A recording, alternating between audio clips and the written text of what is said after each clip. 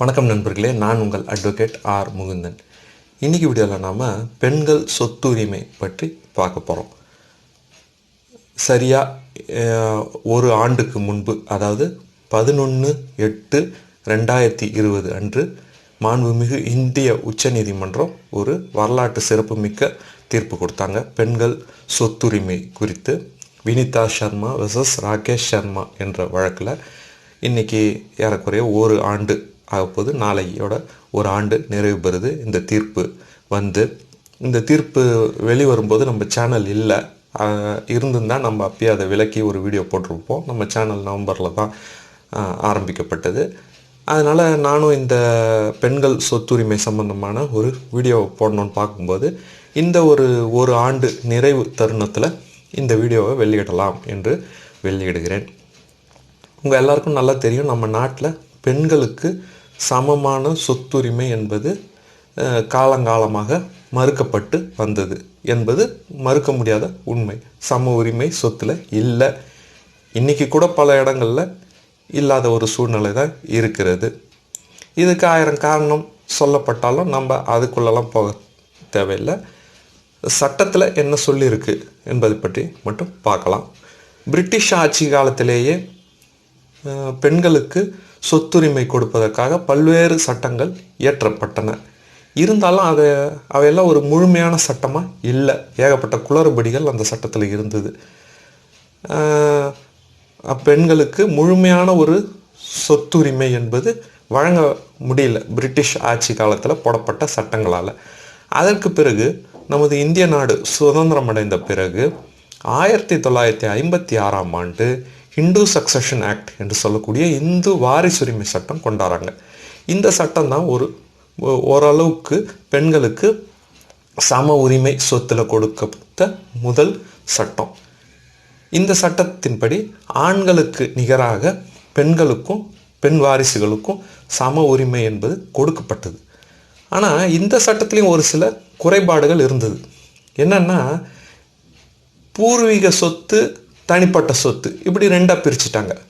இதில் என்ன சொல்லிட்டாங்க, பூர்வீக சொத்தில் பெண்கள் ஆண்களைப் போல ஒரு கூட்டு பாகஸ்தராக கோபார்சனராக உரிமை கோர முடியாது. தனிப்பட்ட சொத்து, ஒரு மனிதனுடைய தனிப்பட்ட சொத்தில் அவருடைய பெண் வாரிசுகளும் உரிமை கோரலாம் அப்படின்ற மாதிரி கொண்டாண்டாங்க. ரெண்டாக டிஃப்ரென்ஷியேட் பண்ணிட்டாங்க. இப்போ இந்த இடத்துல நாம் ஒரு சில விஷயங்களை புரிஞ்சுக்கணும். இந்து கூட்டு குடும்பம் அப்படின்னா என்னன்றதை நம்ம புரிஞ்சுக்கணும். உலகில் வேறு எங்கேயும் இல்லாத ஒரு நடைமுறை இந்தியாவில் இருக்குது. அதான் இந்து கூட்டு குடும்பம். கூட்டு குடும்பமாக சேர்ந்து வாழக்கூடிய ஒரு முறை. அந்த கூட்டு குடும்பத்துக்கு சொத்துக்கள் 3 வகையில் வரும். ஒன்று பூர்வீக சொத்து, வழி வழியாக வரக்கூடிய சொத்து. இன்னொன்று அந்த கூட்டு குடும்ப உறுப்பினர்கள் சேர்ந்து சொத்து வாங்கியிருப்பாங்க, அந்த சொத்து. இன்னொன்று தனிப்பட்ட நபர், அந்த கூட்டு குடும்பத்தை சேர்ந்தவர் அவருடைய பேரில் வாங்கியிருந்தாலும் அதை கூட்டு குடும்ப சொத்தில் போட்டு அதை பொதுவாக அனுபவித்து வருவாங்க.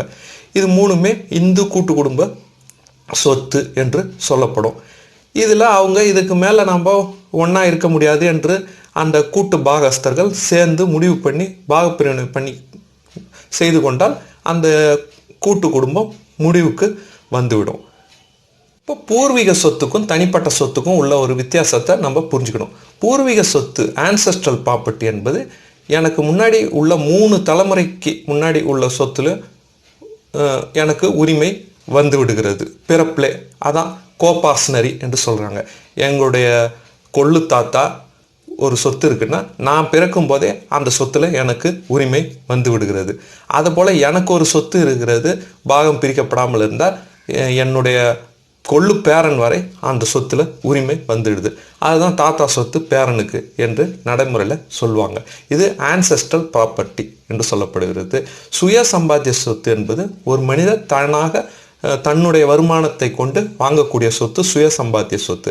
அது கூடவே இன்னொரு விஷயம் பார்க்கணும். இந்த ஆன்செஸ்ட்ரல் ப்ராப்பர்ட்டி என்று சொன்னோம் இல்லையா, பூர்வீக சொத்து, அது பாகம் பிரிக்கப்பட்டு என்னுடைய பாகத்துக்கு தனியாக வந்துடுச்சு, நான் அதை தனியாக அனுபவிக்க தொடங்கிட்டேன்னா அதுவும் என்னுடைய சுய சம்பாத்திய சொத்தில் தான் சேர்க்கப்படும். சுய ஆர்ஜித சொத்து அல்லது தனி சொத்தில் சேர்க்கப்படும். இந்த வித்தியாசத்தை நம்ம புரிஞ்சுக்கணும். இதை ஒரு சின்ன உதாரணம் சொல்கிறேன். எங்கள் தாத்தா இருக்கார், அவருக்கு ஒரு சொத்து இருக்குது. அந்த தாத்தாவுடைய சொத்துல எனக்கு உரிமை நான் பிறக்கும்போதே வந்துடுது. அது பூர்வீக சொத்து. என்னுடைய மகனுக்கும் அந்த சொத்துல உரிமை வந்துடும். ஆனால் எப்பன்னா அது பாகம் பிரிக்கப்படாமல் பூர்வீக சொத்தாகவே மெயின்டைன் செய்யப்பட்டால்தான். இப்போ எங்கள் தாத்தாவுக்கு பிறகு எங்கள் அப்பாவும் பெரியப்பாவும் அந்த சொத்தை பிரித்து அவரவர் பாகத்தை அவங்கவுங்க எடுத்துக்கிட்டு தனியாக அனுபவிக்க ஆரம்பிச்சிட்டாங்கன்னா எங்கள் அப்பாவுடைய சொத்து அது சுயார்ஜித சொத்து அல்லது தனி சொத்தாக ஆகிடும். இந்த வித்தியாசத்தை நம்ம புரிஞ்சுக்கணும். அப்போ சுய சம்பாத்திய சொத்து என்பது ஒரு மனிதன் தனியாக அனுபவித்து வரக்கூடிய சொத்து. அது அவர் சம்பாதித்திருக்கலாம் அல்லது அவருக்கு பங்குக்கு அவர் தனியாக அனுபவிச்சுட்டு வரலாம். இதுதான் சுயார்ஜித சொத்து. இப்போ நம்ம இந்த இன்டர்செக்ஷனாக பெண்கள் சொத்துரிமைக்கு வருவோம். இப்போ பெண்கள் பொறுத்தவரையும் அந்த 1956 சட்டத்தில் என்ன சொல்லியிருக்காங்கன்னா, தனி சொத்தில் ஒரு மனிதனுடைய தனி சொத்துல அவருடைய பெண் வாரிசுகளுக்கு உரிமை உண்டு என்ற ஒரு உரிமையை கொடுத்துட்டாங்க. ஆனால் பூர்வீக சொத்துன்னு சொன்னோம் இல்லையா, அந்த பூர்வீக சொத்துல ஒரு ஆண் குழந்தை பிறக்கும் போது அந்த ஆண் குழந்தை பிறப்பிலேயே அதுக்கு உரிமை வந்தது. கோபார்ட்னர் கூட்டு பாகஸ்தராக அந்த ஆண் ஆகிவிடுகிறான். தாத்தாவுடைய சொத்துல மகன் பேரன் கொள்ளு பேரன் வரைக்கும் பிறப்பிலே அவனுக்கு உரிமை வந்துடுது. அது போன்ற ஒரு உரிமை பெண்களுக்கு கொடுக்கப்படல. இதுதான் இந்த சட்டத்தில் இருந்த ஒரு குறைபாடு, டிராபேக். இதை நீக்கும் விதமாக பல்வேறு மாநில அரசுகள் சில முயற்சிகள் எடுத்தாங்க. உதாரணத்துக்கு சொல்ல போனால் கேரளாவில் 1976 என்று நினைக்கிறேன் கூட்டு குடும்பத்தையே அபாலிஷ் ஒழிக்கக்கூடிய ஒரு சட்டம் என்று ஒன்று கொண்டு வந்தாங்க. ஆந்திர பிரதேசத்தில் 1986 ஒரு சட்டம் கொண்டு வரப்பட்டது. தமிழகத்தில் நம்ம எல்லாருக்கும் தெரியும் ஒரு சட்டம் 1989 ஒரு சட்டம் வந்தது.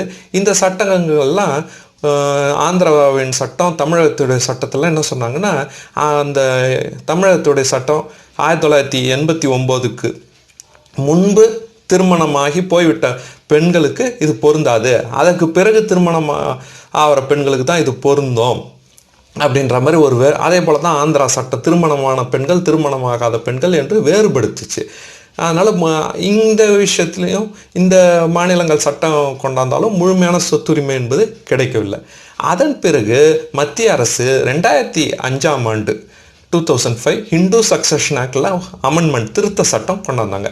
அதில் முக்கியமாக 3 விஷயங்களை செஞ்சாங்க. என்ன விஷயம்னு கேட்டிங்கன்னா, இந்த பிரிவு 6 ஒரு பிரிவில் திருத்தம் பண்ணாங்க. அதில் என்ன திருத்தம் பண்ணாங்கன்னா, இந்த கோபார்ட்னரி என்று சொல்லக்கூடிய அந்த கூட்டு குடும்ப சொத்து இருக்கு இல்லையா, கோபார்ட்னரி ப்ராப்பர்ட்டி, அதில் ஒரு ஆணுக்கு என்ன உரிமை இருக்கோ அத்தனை உரிமையும் பெண்ணுக்கும் உண்டு என்று ஒரு முக்கியமான சட்ட திருத்தம் கொண்டாண்டாங்க. அப்போ ஒரு பிறப்பிலேயே ஒரு ஆண் குழந்தை பிறக்கும் போது அந்த கூட்டு பாகஸ்தர் ஆவது போல ஒரு பெண் குழந்தை பிறக்கும் போதும் கூட்டு பாகஸ்தர் ஆகும். இப்போ ஒரு மகன் பிறக்கும்போது அவனுக்கு எப்படி அந்த கூட்டு குடும்ப சொத்துல ஒரு உரிமை வருதோ அதே உரிமை மகளுக்கும் வரும். அது மாதிரி ஒரு பேத்தி பிறந்தாலும் கொள்ளு பேத்தி பிறந்தாலும் அந்த கூட்டு குடும்ப சொத்துல அவங்களுக்கு ஆணுக்கு என்ன உரிமை இருக்கோ அத்தனை உரிமையும் வரும் என்று சொல்லி இந்த சட்டம் என்பது இயற்றப்பட்டு இது நடைமுறைப்படுத்தப்பட்டது. இந்த நடைமுறைப்படுத்தப்பட்ட தேதி 9/9/2005 தேதியில் நடைமுறைப்படுத்தப்பட்டது. மேலும் இந்த சட்டத்தில் முக்கியமாக ஒரு விஷயம் என்ன செஞ்சாங்கன்னா, 2 சட்டப்பிரிவுகளை நீக்கிட்டாங்க. 23, 24 சட்டப்பிரிவுகளை நீக்கிட்டாங்க. இந்த 23 சட்டப்பிரிவு ஏற்கனவே இருந்த சட்டப்பிரிவு என்ன சொல்லுச்சுன்னா, ஒரு குடியிருக்க வீடை பொறுத்த வரைக்கும் பெண்களுக்கு பாகம் இருந்தாலும் அவங்க போய் பாகம் முதல்ல கேட்க முடியாது. அந்த ஆண்கள் எப்போ பாகம் பிரிச்சுக்கிறாங்களோ அப்போ தான் இவங்க பாகத்தை வாங்கிக்க முடியும் அப்படின்ற ஒரு சட்டப்பிரிவு இருந்தது. அதை நீக்கிட்டாங்க. அதுபோல் கணவன் இறந்த பிறகு அந்த மனைவி மறுமணம் செய்து கொண்டால் அவருக்கு அந்த சொத்துல உரிமை கிடையாது என்பது போல ஒரு சட்டப்பிரிவு 24 இந்த சட்டப்பிரிவு இருந்தது. அந்த சட்டப்பிரிவுலாம் நீக்கிட்டாங்க. இந்த ஏற்கனவே சொன்னது போல் பிரிவு 6ல் திருத்தம் கொண்டு வந்துட்டாங்க. எனவே இந்த சட்டம் 2005 சட்டம் வந்த பிறகு பெண்களுக்கு ஒரு முழுமையான சம உரிமை என்பது சொத்துல கிடைத்தது. இதில் ஒரு சின்ன விஷயம் என்ன சொல்லியிருக்காங்கன்னா, ஒரு தேதி ஒன்று குறிப்பிட்டிருக்காங்க. என்னென்னா 20/12/2004 முன் பாகப்பிரிவினையோ மற்ற விஷயங்கள் செய்யப்பட்ட அந்த சொத்து முடிச்சிட்டு இருந்தாங்கன்னா அதை பிறகு போய் அதை திருப்பி இவங்க கேட்க முடியாது, எனக்கு சம உரிமை இருக்குது என்பதுக்கு ஒரு தேதி ஒன்று கொடுத்துட்டாங்க. அதற்கு முன்னாடி முடிந்து போன பாகப்பிரிவினைகளை இவங்க போய் திருப்பி அதில் பங்கு இருக்குன்ட்டு கேட்க முடியாதுன்னு சொல்லி இந்த சட்டம் கொண்டு வந்துட்டாங்க. ஓகே, இது ஒரு நல்ல சட்டம். இந்த சட்டத்தால் சம உரிமை என்பது பெண்களுக்கு வந்துடுச்சு சட்டப்படி. ஆனால் இது நடைமுறைப்படுத்தப்பட்ட போது பல வழக்குகள் பல உயர்நீதிமன்றங்கள்லாம் வரும்போது கொஞ்சம் மாறுபட்ட தீர்ப்புகள் வர ஆரம்பிச்சன. என்ன விஷயத்துலன்னு கேட்டிங்கன்னா, இந்த சட்டத்துக்கு ப்ராஸ்பெக்டிவ் எஃபெக்ட் இருக்குதா, ரெட்ரோஸ்பெக்டிவ் எஃபெக்ட் இருக்கான்ற ஒரு கேள்வி வந்தது. அதாவது இனிமே அந்த கொண்டாந்தாங்க இல்லையா அந்த சட்டம் 9/9/2005 அதற்கு பிறகு பொருந்துமா, இல்லை ஏற்கனவே ரெட்ராஸ்பெக்டிவாக முன்தேதிட்டு நடைமுறைப்படுத்தப்படுமா என்ற ஒரு சந்தேகங்கள்லாம் எழுந்தது. இதில் மாறுபட்ட தீர்ப்புகள் வந்தன. அதில் குறிப்பாக மாண்புமிகு உச்சநீதிமன்றத்தில் புலாவதி என்ற ஒரு வழக்கில் என்ன சொல்லியிருக்காங்கன்னா, அந்த 9/9/2005 தேதியில் தந்தையும் உயிரோடு இருக்கணும், மகளும் உயிரோடு இருக்கணும், அப்போ தான் இந்த சம உரிமை கிடைக்கும், கோர முடியும் அப்படின்னு சொல்லியிருந்தாங்க. அதற்கு மாறாக தனம்மாள் என்ற ஒரு வழக்கில் தந்தை அதுக்கு முன்னாடி இறந்துருந்தாலும் மகள் அதுக்கு முன்னாடி இறந்தாலும் அதெல்லாம் கணக்கு கிடையாது, அவங்களுக்கு இந்த சட்டம் பொருந்தும் அப்படின்னு சொன்னாங்க. இப்படி மாறுபட்ட 2 தீர்ப்புகள் வந்ததுனால இது மாண்புமிகு உச்சநீதிமன்றத்துடைய 3 நீதிபதிகள் அமர்வு இந்த வினிதா சர்மா வெர்சஸ் ராகேஷ் சர்மா என்ற வழக்கில் ஒரு இறுதி தீர்ப்பை கொடுத்துருக்காங்க. அதாவது 11/8/2020. அதனால் இந்த கான்ட்ரவர்சி எல்லாம் முடிவுக்கு வந்து விட்டது. இப்போ விஷயங்கள்லாம் தெளிவாயிடுச்சு, சட்டம் என்பது நிர்ணயிக்கப்பட்டு விட்டது.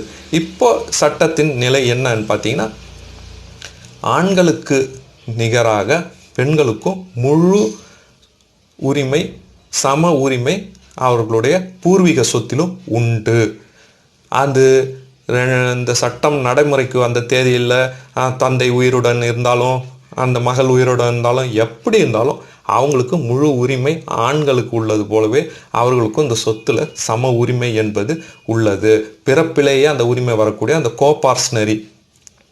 கோபார்ட்னராக பெண்களும் பிறப்பிலே அந்த உரிமை பூர்வீக சொத்தை பொறுத்தவரை பெற்றுவிடுகிறார்கள் என்பதை ஆணித்தரமாக இந்த வழக்கில் சொல்லிட்டாங்க.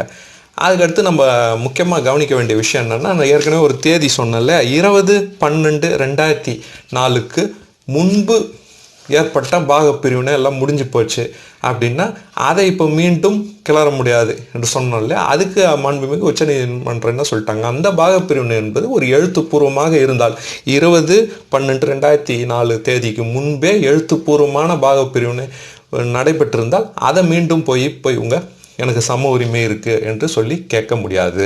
ஆனால் ஒரு வாய்மொழி பாகப்பிரிவினை இப்படிலாம் இருந்தால் அந்த வாய்மொழி பாகப்பிரிவினை நடைமுறைப்படுத்தப்பட்டதுக்கான ஒரு ஆதாரம், ப்ரூஃப் ஏதாவது இருந்தால் இவங்க போய் பழையபடி கேட்க முடியாது. அப்படி ப்ரூஃப் இல்லைன்னா இவங்க அதுலேயும் உரிமை கோரலாம். அதே போல் நாட்டில் நிலுவையில் உள்ள ஃபைனல் டிகிரி வழக்கு, பார்ட்டிஷன் வழக்கு, பாகப்பிரிவினை வழக்கெலாம் ஃபைனல் டிகிரி வழக்கெலாம் இருக்கும். அந்த வழக்குலையும் இப்போ இந்த கான்செப்டை அப்ளை பண்ணணும் அப்படின்னு சொல்லிட்டாங்க. அதை இயன்ற வரைக்கும் 6 மாதத்துக்குள் முடிக்க வேண்டும் என்று அப்போ சொன்னாங்க. ஆனால் அந்த கோவிட் சுச்சுவேஷனில் அது இப்போ நடைமுறைக்கு சாத்தியம் இல்லாமல் போய்விட்டது. ஆக இப்போ இதெல்லாம் வச்சு நான் சம்மப் பண்ணி சொல்ல போகிற விஷயம் என்னென்னா, இந்த 2005 சட்ட 1956 சட்டம், 2005 சட்ட திருத்தம், இந்த வினிதா சர்மா வழக்கில் கொடுக்கப்பட்ட ஒரு தீர்ப்பு, இது 3ஐயும் நம்ம கிளப் பண்ணி பார்க்கும்போது நமக்கு இப்போ தெரிய வர விஷயம் என்னென்னா, பூர்வீக சொத்திலும் பெண்களுக்கு ஆண்களைப் போலவே சம உரிமை, முழு உரிமை, பிறப்பிலேயே உரிமை உள்ளது என்பது தெளிவுபடுத்தப்பட்டது. தனிப்பட்ட சொத்தை பொறுத்த வரைக்கும் ஒரு மனிதன் தன்னுடைய தனிப்பட்ட சொத்தை, சுய சம்பாத்திய சொத்தை, சுய ஆர்ஜித சொத்தை அவர் யாருக்கு வேண்டுமானாலும் எழுதி கொடுக்கலாம். மகளுக்கு தான் எழுதி கொடுக்க வேண்டும் என்பது கிடையாது. அவர் சம்பந்தமில்லா, ரத்த சம்பந்தம் இல்லாத வேறு யாருக்கு வேண்டுமானாலும் எழுதி கொடுக்கலாம். அவர் உயில் எழுதலாம்.